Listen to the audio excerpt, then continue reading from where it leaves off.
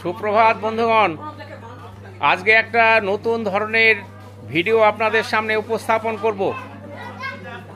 এখানে যে মঞ্চটা দেখাচ্ছি, এই যে পিছনে দেখতে পাচ্ছেন, এই মঞ্চে সত্যেন্দ্র জিতেন্দ্র স্মৃতি সংসদের উদ্যোগে এখানে যে কবি সম্মেলন এবং বার্ষিক যে বিচিত্রা অনুষ্ঠান, সেই অনুষ্ঠান এখনই শুরু হবে। আর সেই অনুষ্ঠান আপনারা শেষ পর্যন্ত দেখবেন। আশা করি এই অনুষ্ঠান আপনাদের ভালো লাগবে এবং শেষ পর্যন্ত আমার সঙ্গে থাকবেন। এই যে উপরে দেখতে পাচ্ছেন কবি সত্যেন্দ্রনাথ বিশ্বাসের ছবি। ইনি আজ থেকে 28 বছর আগে এই অনুষ্ঠান শুরু করে গেছেন। আপনারা যারা আমার চ্যানেলে নতুন, আপনাদের কাছে অনুরোধ, প্লিজ সাবস্ক্রাইব, লাইক এবং শেয়ার করে আমার পাশে থাকবেন। কবিতীর্থ প্রাঙ্গণে আজকে সারা দিনব্যাপী বিভিন্ন অনুষ্ঠান হবে। প্রথম পর্বের ভিডিওতে আপনাদের সামনে তুলে ধরেছি গুণীজন সম্বর্ধনা, আর এখন দ্বিতীয় পর্বের এই ভিডিওতে আপনাদের সামনে তুলে ধরব কবি সম্মেলন। প্রথমেই সমস্ত কবিদের ব্যাস পড়িয়ে তাদের অভিনন্দিত করা হলো, তারপরে শুরু হলো কবি সম্মেলন। আপনারা দেখুন কবি সম্মেলন। নাম হচ্ছে নিমন্ত্রণ। দিদির বিয়ে এসো সবাই, রইল নিমন্ত্রণ। করেছি গো অল্প কিছু খাবার আয়োজন, ডাল পটেটো, চিপস আর লম্বা পটল দিয়ে, আর একটু শুরু করুন শাক চাঁচড়া নিয়ে। পারলে খেয়েও মাছ মাংস, শেষ পাতেতে দই, আর চাটনি খেয়ে চেটে বুটে করোনা হাঁটছ। নমস্কার। শিক্ষা ও শিক্ষক, সেপ্টেম্বর অক্টোবর 2024 সালে আমার এই স্বরচিত লেখাটি বেরিয়েছে, সেটা পাঠ করছি। বর্ষা সুন্দরী। অমিতাভ সরকার, অবসরপ্রাপ্ত শিক্ষক। আমার বাড়ি খুবই কাছে, আদি বাড়ি বক্সিপুর। আমি এখন বর্তমানে কৃষ্ণনগরে থাকি। বর্ষা সুন্দরী। এলো রে বর্ষা রানী, এলো রে বনস্পতি তোমা পানে চেয়ে থাকে রে, চাতক কাতর সুরে ডাকে রে। এলো রে বর্ষা রানী, এলো রে প্রকৃতির অপরূপা সুন্দরী বর্ষা। অনাবিল আনন্দে ভরে মন হরসা, বাদল মেঘের ঘন ঘটা, আকাশ চিরে বিদ্যুতের ছটা। সারাদিন টাপুর টুপুর, সময় কাটে সারা দুপুর, খাল বিল নদী পুকুর। শরতের পরন্ত বেলায় ছাতির তলায় দাঁড়িয়ে ওকে রূপ লাবণ্যে ভরপুর তার শরীরী বৃত্ত। নীল আকাশের ছোঁয়ায় তার নীলাম্বরীর বসন, জড়ানো অবিকল মূর্তি। দুষ্টুমি মাখা চোখে আঁচল ঘোরানোর ছলনায় দাঁড়িয়ে দাঁড়িয়ে শরতের হিন্দু বাতাসকে কে বানায়? বিদ্যুৎ তরঙ্গ হেরিয়ে সে কে? শীতের সিক্ত ভাতের ঘরে আলো আধারি মুখে শত চুমন অদীপ্ত যা, সে কে? বুঝি কাবেরী না কৃষ্ণা? যৌবন সাগরের ঢেউয়ের খোনায় ঝরছে মুক্ত অপরূপা শোভায় তার যৌবনে ভাজে থাকে। খোলা জানালা, মুক্ত বাতাস, অবাধ রবির আলো। খোলা জানালা, মনের বিকাশ, সুস্বাস্থ্য, হৃদয় ভালো। খোলা জানালা, বাসর ঘরে পুতুল খেলা, ছোট্ট সোনামণির। খোলা জানালা, আওয়াজ শুনি বাগিচার টুনটুনির। খোলা জানালা, দইওয়ালা অমল বালকদের। খোলা জানালা, হাঁক শোনা যায় হাজার পথিকের।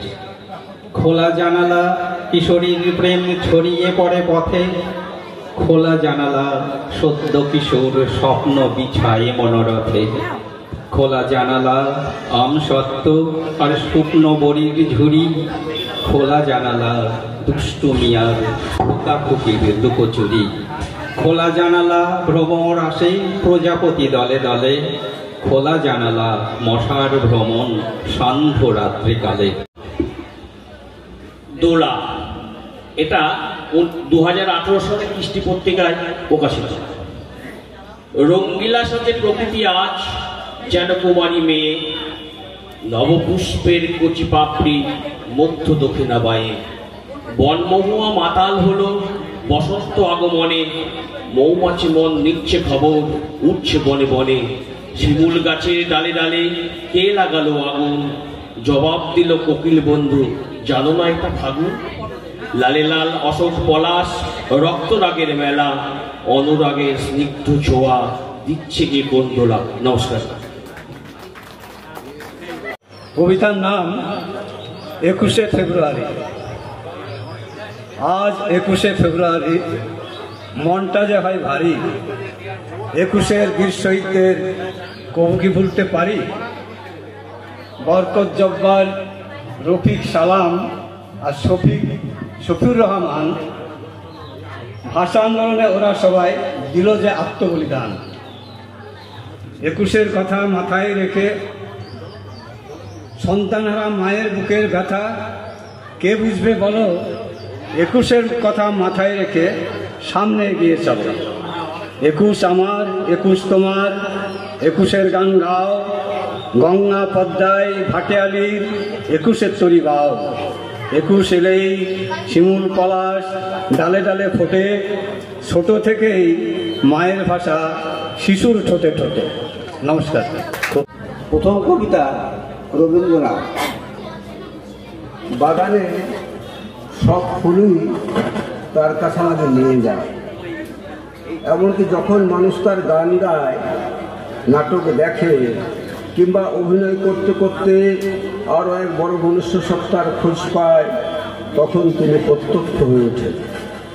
তার আদর্শে উদ্বুদ্ধ হয়ে বিশ্ব মানবতা আর বিশ্ব ভ্রাতৃত্বের বোধে আমরা সঞ্জীবিত হই। পদক হয়তো চুরি হয়ে গেছে, কিন্তু রবীন্দ্রনাথকে আমাদের জীবন থেকে কে চুরি করবে? আমার দ্বিতীয় কবিতা আবার আসতে বলো। আবার আসতে বলো, অনন্ত পরবাস ফেলে রেখে মায়াবী আলো। পরশে মাতাল হয়ে তোলকালাম করে ফিরে যেতে বলো চিরস্থায়ী পরবাসে। মা যেন আজ হারিয়ে গেল ধোঁয়া হয়ে নীল আকাশে।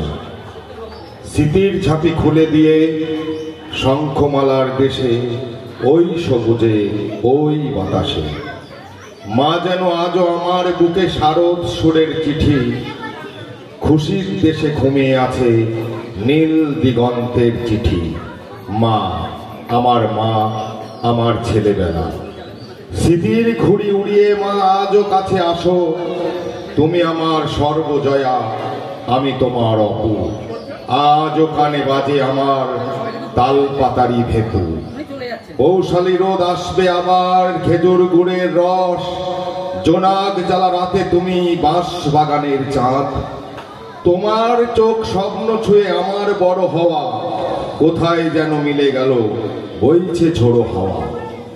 আমার এই কবিতার হেডিং হচ্ছে জীবনটা চলছে অন্যরকম। কে কার সাগা আমি তা জানি না, কোথায় আছি ডানে না বামে তাও বলতে পারছি না। আমি জীবনটা অন্যরকম করে দেখি, কোনো ইঁদুর দৌড়ে নেই। জীবনটা দুলকি চালে চলছে, সমস্যাও কিছু আছে। সময় ঘুমানোর সময় আমি নাকি নাক ডাকি, বাড়ির লোকের অসুবিধা হয়, আমার কিছু যায় আসে না। যদি ঘুমাতে ঘুমাতে একদিন নাক না ডাকে, বউ নাকের তলায় আঙুল দিয়ে চেক করে নেয়। কবিতার নাম অরাজনৈতিক। কোনো মানুষই পুরোপুরি সফল হয় না কোনো কাজে, ঠিক যেমন পরিপূর্ণ সুখ সোনার পাথর বাটি। আর সেখান থেকেই কোনো না কোনো প্রতিপক্ষ খাড়া করবার আপ্রাণ প্রচেষ্টা। ওদের তবু চেনা যায়, গায়ে তাদের তকমা। কিন্তু তুমি যখন তোমার সহকর্মীকে এড়িয়ে ছুতো বানিয়ে ঢুকে যাও বসের চেম্বারে, কিংবা পথে ঘাটে সামান্য নেতাগোছের কাউকে দেখেই গদগদ হয়ে পড়ো কথা বলতে, অথবা বাড়িতে অতিথি এলে নিজের বউকেই ঠেলে পাঠিয়ে দাও সর্বাগ্রে, অথচ এত কিছুর পরেও তুমি শতমুখে বলবে আমি রাজনীতি ঘৃণা করি। কবিতার নাম গ্রহের খেলা। সূর্য আমি, অগ্নি আমি, তেজ শক্তি বল, যাদের রবি সহায় নাই তারাও দুর্বল। আমি হলাম রাজাধিরাজ, মাসে মাসে ঘুরি যশ অপযশ ভাগ্য আয়ু সবই আমি করি। নামটি আমার চন্দ্র হলেও স্ত্রী গ্রহ কয়, মোর সুখ শান্তি লক্ষ্মীশ্রী হয়। মঙ্গল আমি ক্ষত্রিয় রাজ, ক্ষত্রিয় রাজার জিদ রাগলে আগুন তেলে বেগুন, এমন আমার রীতি। 1.5 মাস সকল গৃহে আমার অধিকার, রানীর সঙ্গে হলেই দেখা বিপদে যেবার।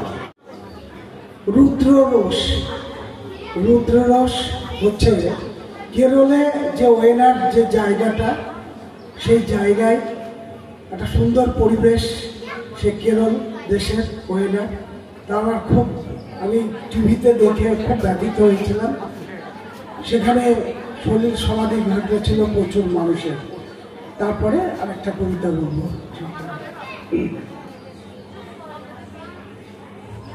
রুদ্ররস, ওয়েনার তুমি বাসযোগ্য ভূমি কেরল দেশে, সুন্দরী দেবভূমি রূপালী পরশে, তন্দ্রা তমস মানসী শ্রাবণের বরিশানে, স্নাত পাহাড় পরমা ও প্রকৃতির অপরূপ সৌন্দর্য, অঝরে মেঘমল্লার স্রোত ধারা, নিঝুম রাত্রিতে অবিশ্রান্ত জলধারায় পাহাড়ের নিচে ঘুমিয়ে আছে মানবতা। এটা হচ্ছে সবুজ পাতা কালো রুমাল। আমি কিশোরী, আমি নির্যাতিতা, আমাদের একটি তকমা, আমরা এপার বাংলা ওপার বাংলার কিশোরী ও কন্যা। এক ফোঁটা চোখের জল ফেলবেন না প্রগতিশীল বুদ্ধিজীবী ও রাজনৈতিক মানদণ্ডের নেতারা। দীপ্রাহরিক শুভেচ্ছা। শ্রদ্ধা জানাই সত্যেন্দ্রনাথ বিশ্বাসকে, যার স্মরণে আজকের এই কবিসভা, এবং সাহিত্যিক সমরেশ বসু, যার শতবর্ষ এই বছর পালিত হচ্ছে। গতকালই আমরা পেরিয়ে এসেছি ভাষা দিবস 21শে ফেব্রুয়ারি। সেই উপলক্ষে আমার একটি ছোট কবিতা, কবিতার শিরোনাম আলো, মা ভাষার আলো। শ্রুতির শ্রোণীতে, স্নায়ুর সংবেদনে, রক্তের রঞ্জনে যে ধ্বনির কম্পন মন্ত্রিত হয়ে থাকে প্রথম উন্মেষে, তাকে ভুলবে কেমন করে যদি ভুলতে না চাও। প্রথম সেই শব্দের বলে তুমি তো চিনতে শিখেছিলে রূপ রস গন্ধ স্পর্শের পৃথিবী নিঃস্বার্থ ভালোবেসে। দিনের ব্যস্ততার মাঝে রাতের ক্লান্তি ঘন ক্ষণে ফিরে ফিরে আসে কত প্রিয় পঙ্ক্তি ও কথামালা। বাল্যে ও তরুণ কৈশোরে যাকে ঘিরে বুনেছিলে স্বপ্নের বীজ, উদাস বর্ধিত যৌবনে তাকে কিভাবে দূরেতে ফেরাও। দেখো বুকের গভীরে এখনো অনির্বাণ সেই আলো, যে আলোয় আলোকিত আমাদের আবাল্য জীবন, যে আলোয় স্নান করে নতুন প্রতিদিন, যে আলোয় প্রতিবিম্বিত আত্মা ও আত্মীয়।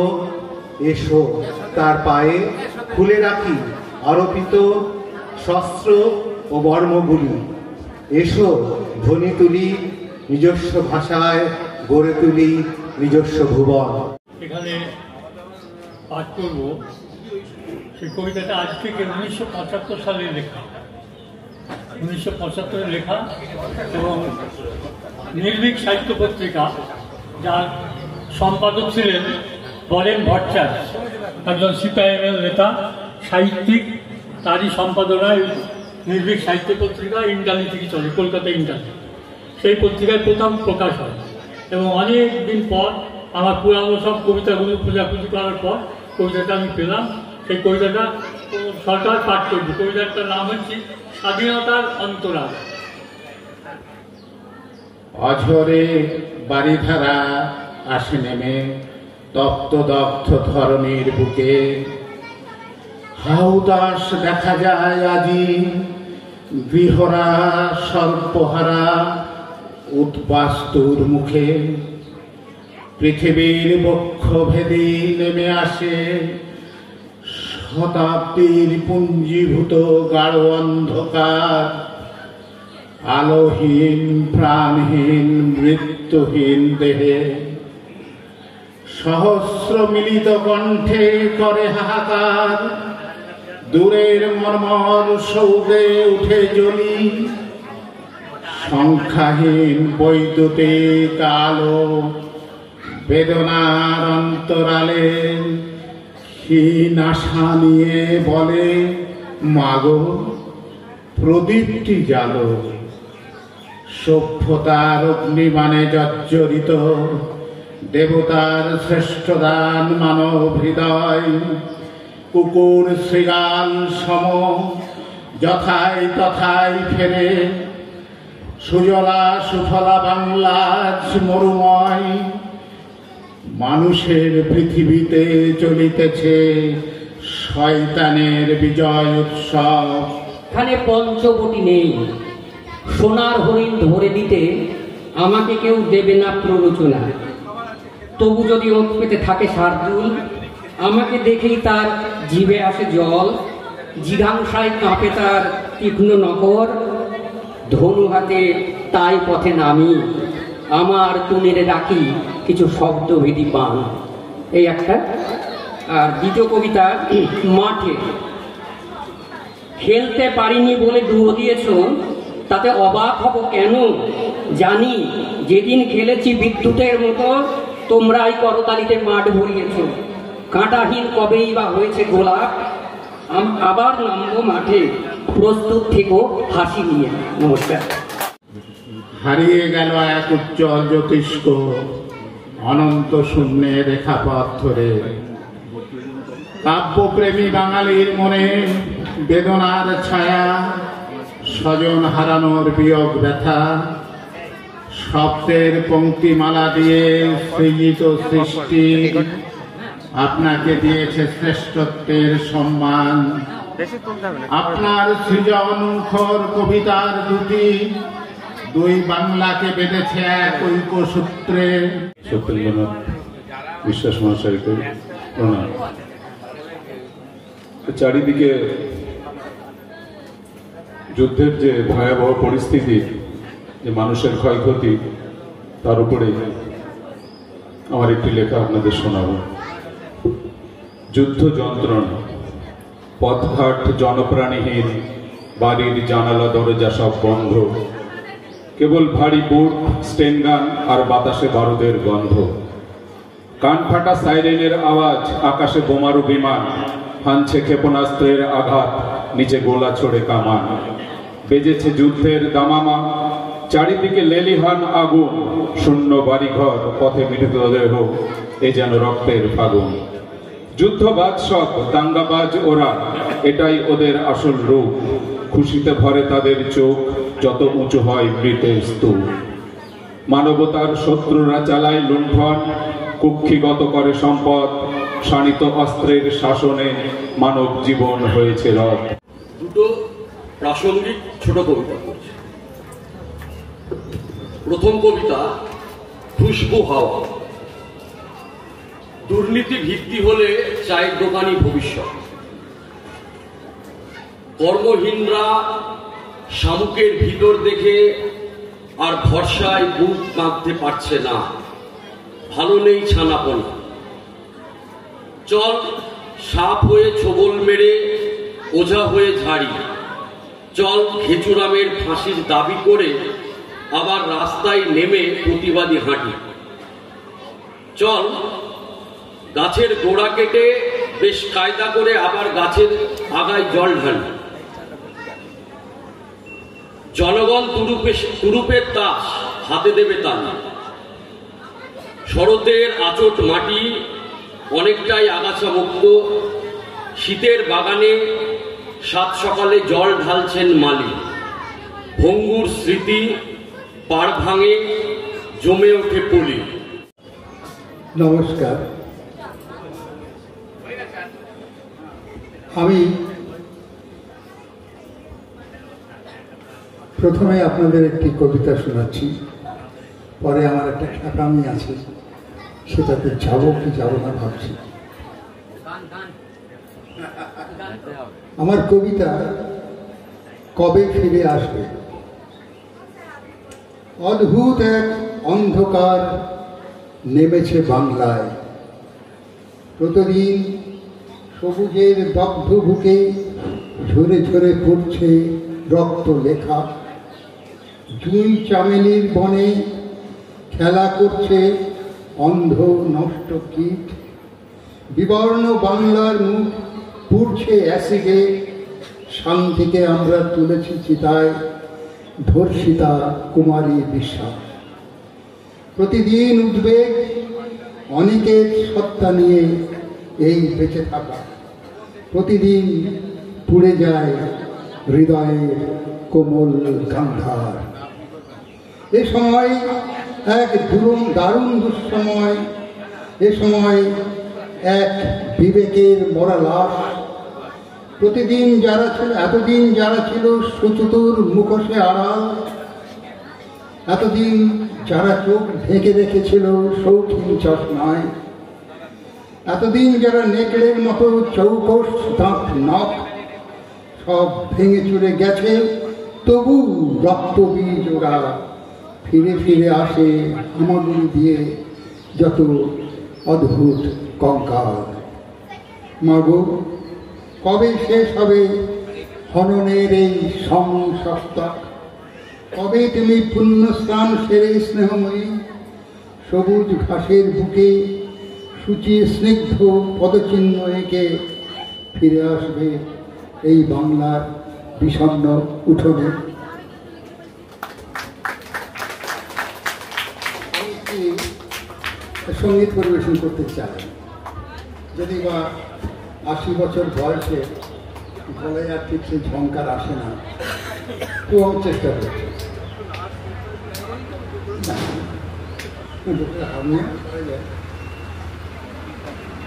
আপনার ঝঙ্কার আপনি নিজেই, হ্যাঁ আপনার ঝঙ্কার আপনি নিজেই, হ্যাঁ নিজেই।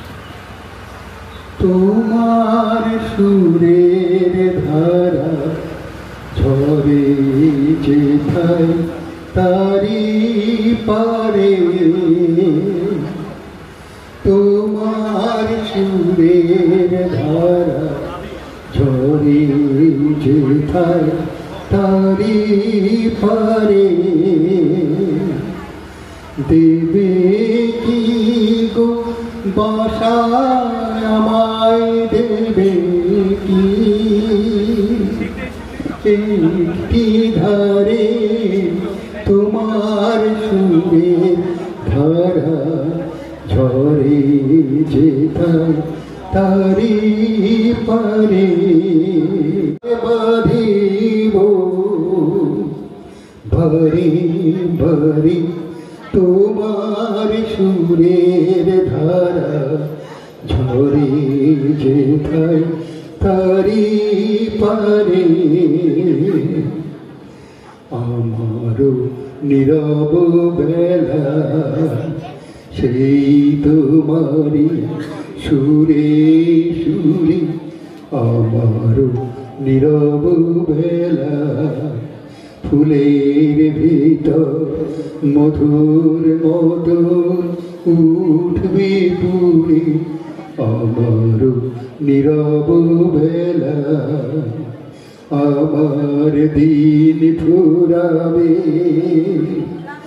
আমার দিন ফুরাবে যাবে যখন রাত্রি আধার, রাত্রি আধার হবে আমার দিন ফুরাবে। হৃদয় মোর গানের তারা উঠবে ফুটে সারি সারি তোমার সুরের ধারা ঝরে যেথায় তারি পারি।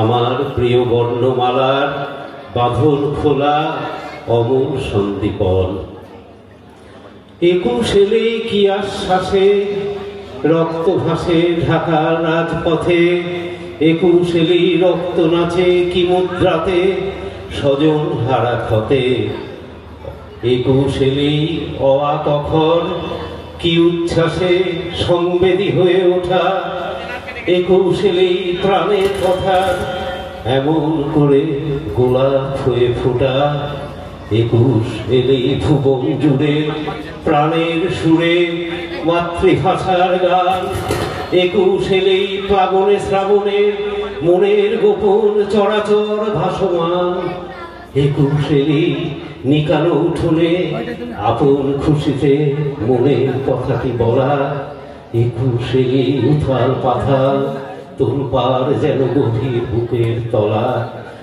21 এলেই শীত মারিয়ে মন নাড়িয়ে প্রাণ নানা ফাগুন, 21 এলেই কৃষ্ণচূড়া অশোক পলাশ শিমুল বনে আগুন, 21 এলেই রফিক সালাম সফিউর আর বরকত জব্বার, 21 এলেই স্মৃতি রসে ভেজা ভারী হয়ে আসা বুকখানি সব্বার, 21 এলেই সোচ্চার হওয়া অনেক অনেক অনেক না বলা কথা। সফল প্রতিযোগীদের হাতে পুরস্কার তুলে দেয়া হচ্ছে, তারই এক ঝলক আপনাদের সামনে তুলে ধরলাম। বিশ্বজিৎ সরকার অবদান নেই,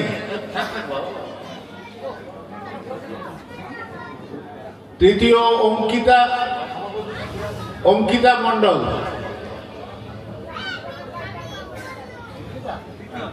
তৃতীয় তো অঙ্কিতা মণ্ডল, বিশ্বজিৎ আসেনি।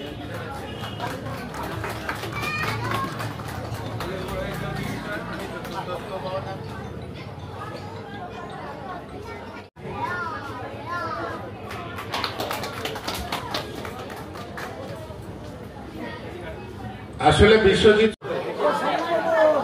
উপস্থিত আপনারা আছেন, সাহেবনগরে একটু অতীত ইতিহাস আপনাদের আমি বলতে চাই, যা অনেকেই জানেন না।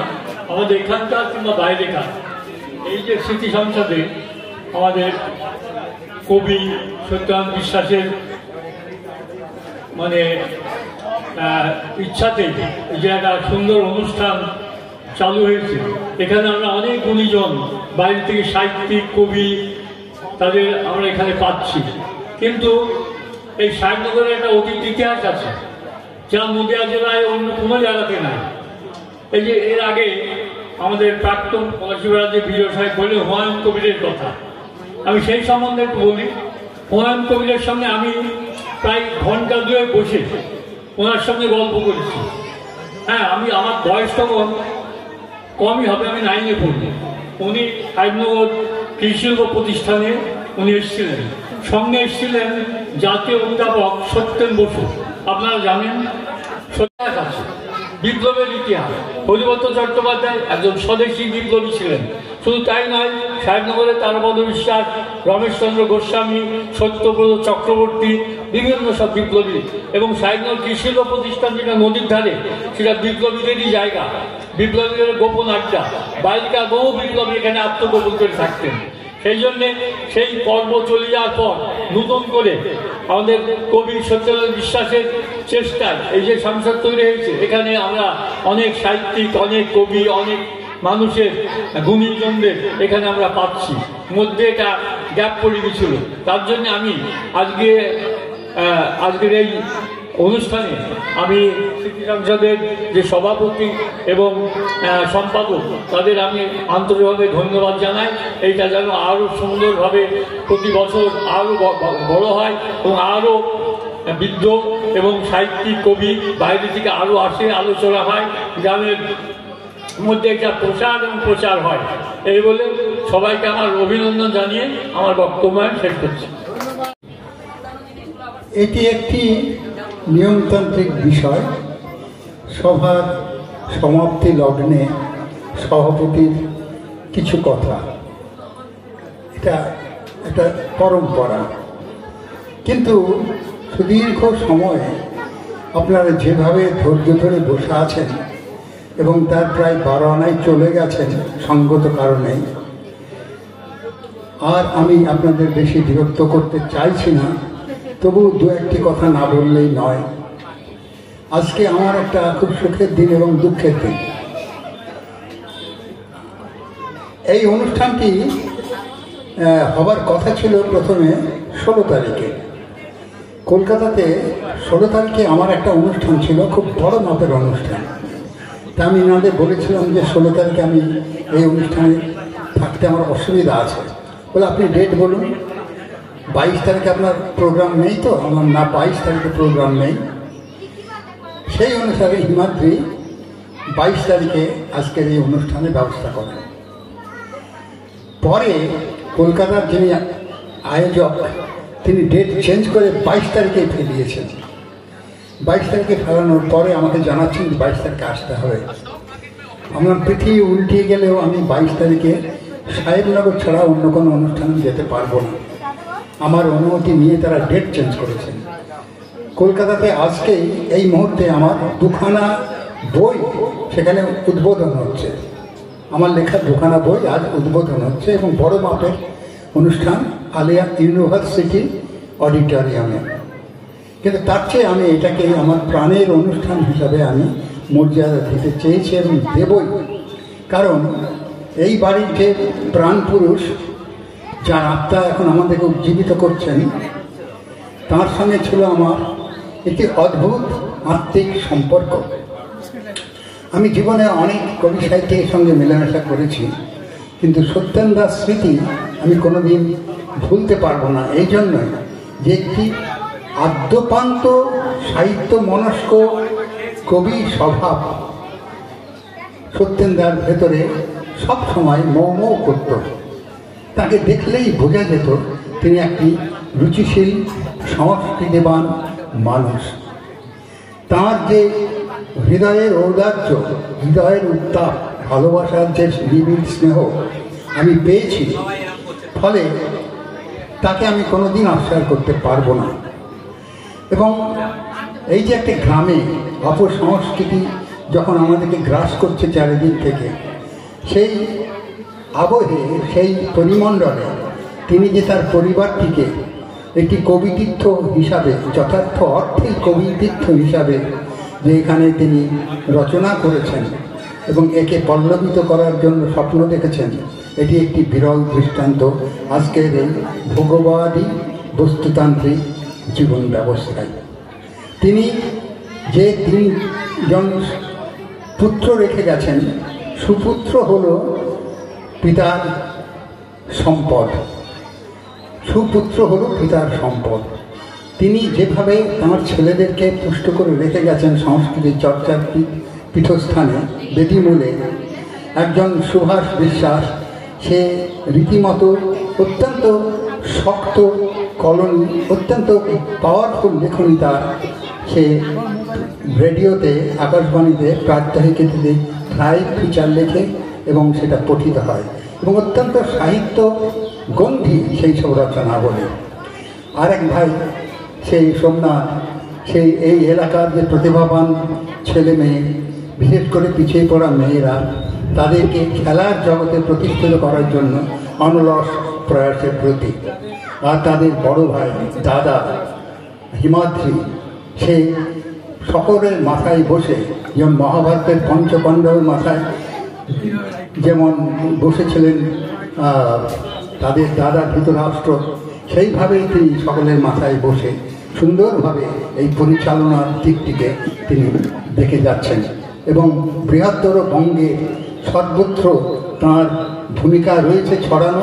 সেখান থেকে তিনি বিভিন্নভাবে বিভিন্ন গুণীজনের সাথে যোগাযোগ করে আর এই অনুষ্ঠানকে, এই কবিতীর্থকে যথার্থ একটি তীর্থে পরিণত করেন। আমি চাইব যে সত্যেন দা যে স্বপ্ন দেখেছিলেন ছেলেদের ভেতরে সেটা সঞ্চালিত হোক এবং সেভাবে তিনি ব্যবস্থাও করে গেছেন, ছেলেদেরকে উৎসাহিত করে গেছেন। আজকের দিনে আমি যে এত বড় বড় কথা বলছি, কাল 21শে ফেব্রুয়ারি পলাশিপাড়ায় ছিলাম, 21শে ফেব্রুয়ারি গুণব্যাখ্যান করেছি। আমার 2 নাতি 1 নাতনি, 3 জনেই ইংলিশ মিডিয়াম স্কুলে পড়ে। এটা একটা সিস্টেম হয়ে গেছে। ফলে আমরা যতই বাংলা ভাষাকে জাগিয়ে রাখার জন্য, সাহিত্যকে উজ্জীবিত করার জন্য কথা বলছি, কিন্তু ভেতরে ভেতরে একটা অবক্ষয় আমাদের ভেতরে তৈরি হয়ে গেছে। এবং আমরা জানি 3500 স্কুল, বাংলা মিডিয়ামের স্কুল বন্ধ হয়ে গেছে। কারণ ভাষা, ইংরেজি ভাষার একটা আবেদন যেন আমাদেরকে ক্রমশ গ্রাস করছে। কিন্তু এতদিন ধরে বাংলা ভাষায় পড়াশোনা করার পরে ইংরেজি ভাষা চর্চিত হয়েছে। যেমন কবিরুল ইসলাম বলে একজন কবি ছিলেন, ইংলিশের প্রফেসর। আমি যে কলেজে পড়েছি, কলকাতার মৌলানা আজাদ কলেজ, সেখানে কবি বিষ্ণুদেব ছিলেন, তিনি ইংলিশেরই অধ্যাপক ছিলেন। আমাদের সত্যেন দা যেভাবে কিছু টাকা রেখে গেছেন, ছেলেদের উপর আর্থিক চাপ যাতে না আসে সেই জন্য তিনি এই ব্যবস্থা করে গেছেন। ওই চাপটা আসবে বলে করেছেন। সেটা না করলে আমার বিশ্বাস তাঁর ছেলেদের মধ্যে যে উৎসাহ, যে স্ফূর্তি আমি দেখেছি, যে আবেগ দেখেছি, যে স্বপ্ন প্রবণতা দেখেছি, তাতে তার ছেলেরাই যথেষ্ট ছিলেন এবং সেইভাবেই তারা টেনে নিয়ে যাচ্ছেন দাদা বাবা তাদের স্বপ্নকে সাকার করতে। এই পরিবার ক্রমশ উন্নত হোক, এই পরিবার পল্লবিত হোক, এই কবিতীর্থ সার্থক হয়ে উঠুক তার ভূমিকা। কারণ এই এলাকার ছেলে মেয়েদের সংস্কৃতি চর্চার জন্য এই কবিতীর্থ যে ভূমিকা পালন করে চলেছে সেটা অত্যন্ত আশাপ্রদ এবং স্বপ্নচারী। আমি এই কবিতীর্থের মর্যাদা বৃদ্ধি এবং সার্বিক সাফল্য কামনা করে আপনাদের সকলকে সুস্থ সাংস্কৃতিক শ্রদ্ধা জানিয়ে, নান্দনিক শ্রদ্ধা জানিয়ে আমি আজকে বক্তব্য শেষ করছি। জয় হিন্দ। এই মঞ্চ থেকেই এখন মাধ্যমিক উচ্চ মাধ্যমিকের কৃতি ছাত্রছাত্রীদের হাতে পুরস্কার তুলে দেওয়া হচ্ছে, তারই এক ঝলক আপনাদের সামনে তুলে ধরছি। দ্বিতীয় ধীরদ্যুতি বিশ্বাস, পিতা হিটলার, 463 পেয়ে দিতে হয়েছে সাহেবনগর থেকে।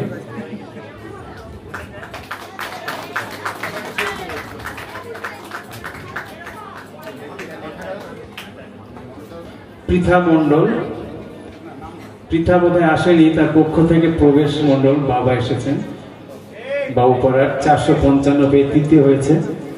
আমরা নীলোৎপল বাবুকে আমরা অনুরোধ করব এই পুরস্কারটা তুলে দেওয়ার জন্য।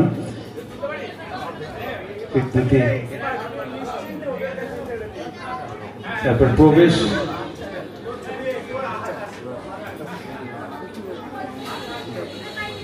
হিটলার,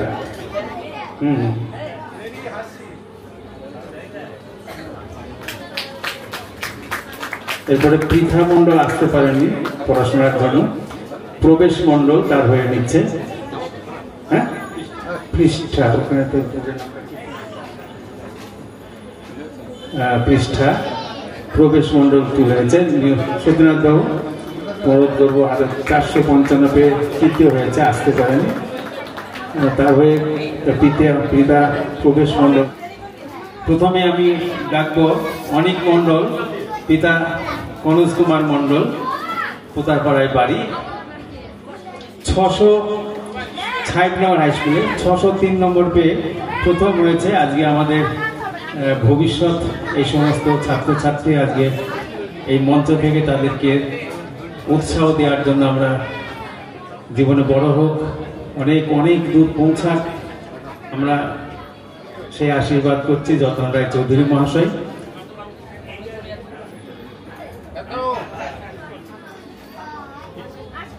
তারপরে একটু হাততালি হোক। এতক্ষণ আপনাদের সামনে তুলে ধরলাম জিতেন্দ্র সত্যেন্দ্র স্মৃতি সংসদ আয়োজিত কবিতীর্থের এই যে কবি সম্মেলন এবং যে সমস্ত কৃতি ছাত্রছাত্রী তাদের হাতে যে পুরস্কার তুলে দেওয়া হলো সেই পুরস্কার বিতরণ অনুষ্ঠান। ভিডিওটা বড় হয়ে যাচ্ছে, যার জন্যে দ্বিতীয় পর্বের ভিডিওটা এখানেই শেষ করব। এর পরের পর্ব অর্থাৎ অন্তিম পর্বে আপনাদের সামনে তুলে ধরব আজকে যে বিভিন্ন যে সাংস্কৃতিক যে প্রতিযোগিতা এবং সব শেষে যে বিচিত্রা অনুষ্ঠান হয়েছিল সেই বিচিত্রা অনুষ্ঠানের সমস্ত ভিডিও আপনাদের সামনে তুলে ধরব। আপনাদের কাছে অনুরোধ, আপনারা পরের পর্বে সেই ভিডিও দেখবেন। আর এই পর্বের যে ভিডিও যদি আপনাদের ভালো লাগে আপনারা প্লিজ সাবস্ক্রাইব, লাইক এবং শেয়ার করবেন। আর আপনারা অবশ্যই কমেন্ট করবেন। কমেন্ট করলে বিভিন্ন যে সমস্ত ভিডিওগুলো করি সেই ভিডিওগুলো আরও ভালোভাবে আপনাদের সামনে তুলে ধরতে পারবো এবং আপনাদের মতামত জানতে পারবো, এতে আমিও সমৃদ্ধ হব। তাহলে পরের ভিডিওতে আপনাদের সঙ্গে দেখা হচ্ছে। আজকের মতো এখানেই শেষ করছি। আপনারা সকলে ভালো থাকবেন। নমস্কার। চলে আসুন।